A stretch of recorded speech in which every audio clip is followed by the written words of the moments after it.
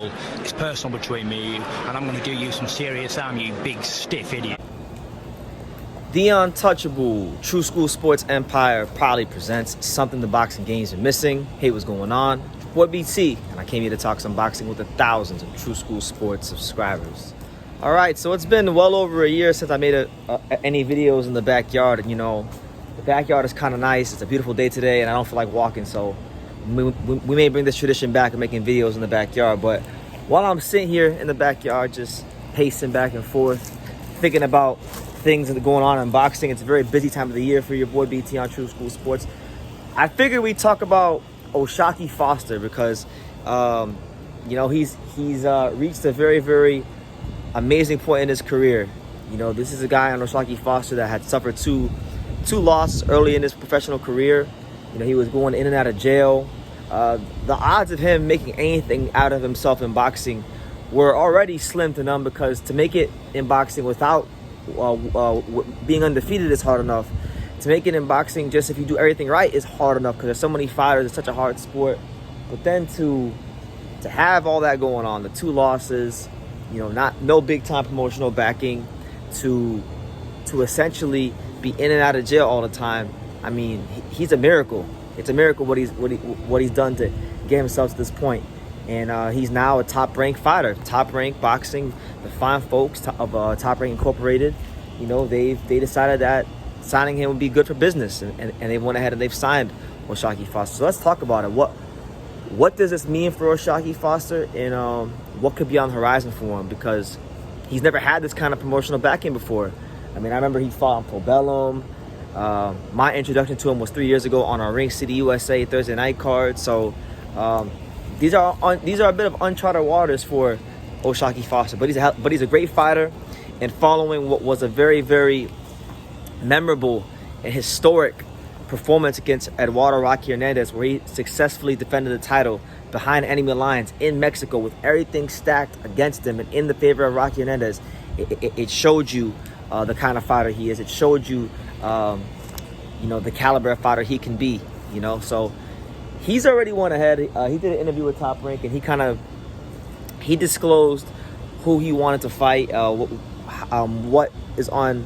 what's in his mind as far as future opponents. And the three names he came up with that he would like to fight were Oscar Valdez, Abraham Nova, and of course Emanuel Navarrete. So let's talk about that. Now, those are all big fights. We'll start with Abraham Nova. Abraham Nova is a fighter that's always in exciting fights. Abraham Nova is a fighter that, you know, he has the mascot come out. I think him and Osaki would be an awesome fight, because, you know, I don't want to say he's a huge 130 pounder, but he's a good size 130 pounder.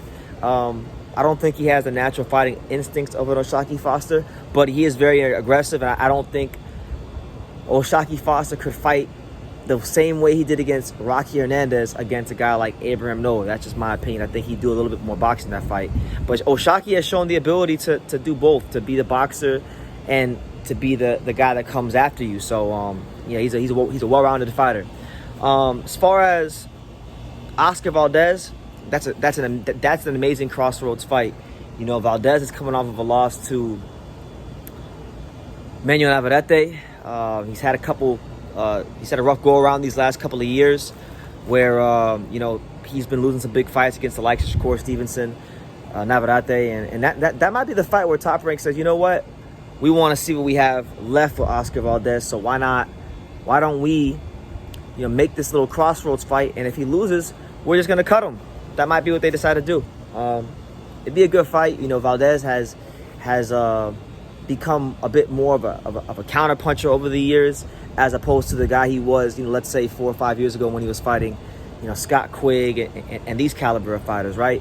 So that's a good matchup as well. And then let's talk about the big one, because the big one, and the main reason why I feel Top Rank brought him to the promotional company, why he signed Top Rank, is Emanuel Navarrete.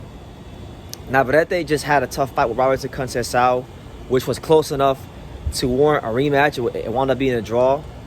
Many people, myself included, thought Conceição outworked Navarrete and deserved the nod, but he didn't get it. So they may do that. But if they don't do that, this is a fight that I feel will happen next year. You know, the 130-pound division's in an amazing place right now.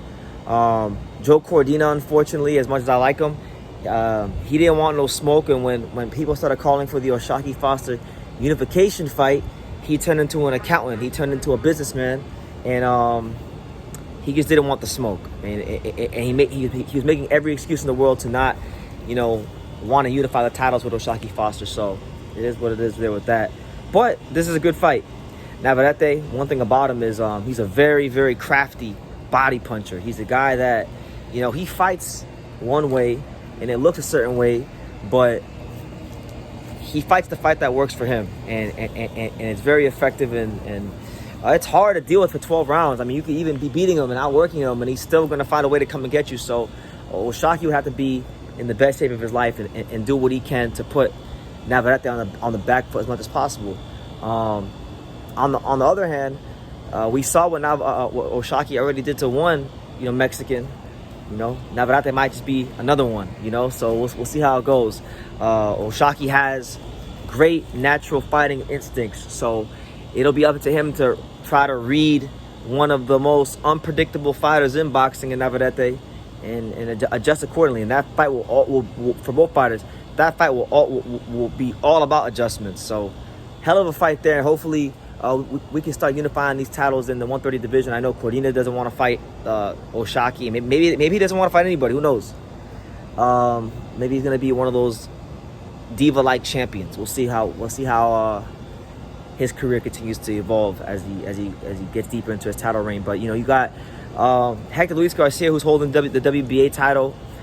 He's supposed to fight Lamont Roach, so we'll see what happens with that. But let's start unifying these titles. 130 is a fantastic weight class with fantastic talent, and I think Top Rank did a great job by signing Osaki. So there's that, and then I wouldn't also without this. I'll throw this last one out there, and then we'll end the video.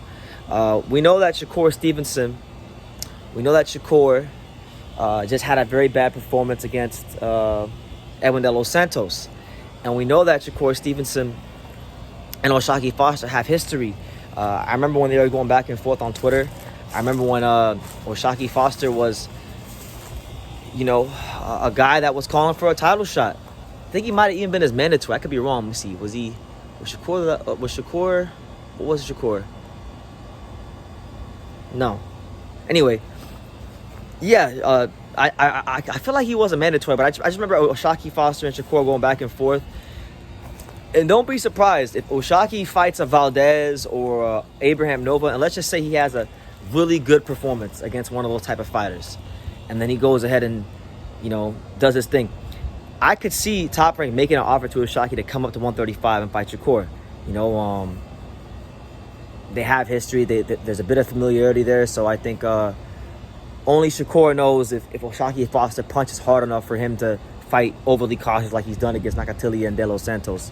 That could be a fight they have in the back pocket as well. So that's my thoughts on Osaki Foster and his whole, where he fits into the Top Rank in the fold, and just where I think his career is going. So let me know what you guys think. I want to hear from you guys. Make sure you guys take the time to subscribe. And like I say in every single one of these videos, you can love me or you can hate me, but I'm just a kid from Dang. So until next time, take care, guys. Thank you for watching another video on the untouchable True School Sports Empire. For more great boxing content just like this video, click right here and make sure you subscribe. Much love from sunny South Florida.